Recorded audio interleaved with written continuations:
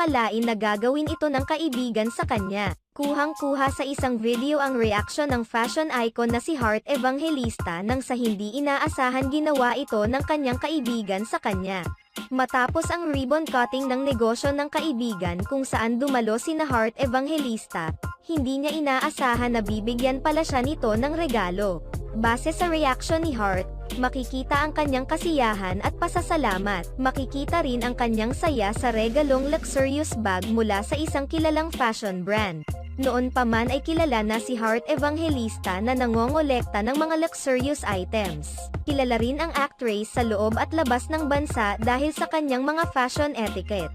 Salamat sa inyong panunood sa aming video. Maaaring mag-subscribe sa aming channel o i-follow ang aming Facebook page para updated kayo sa mga latest news. Ilagay ang iyong komento sa ibaba at atin yang babasahin sa next video.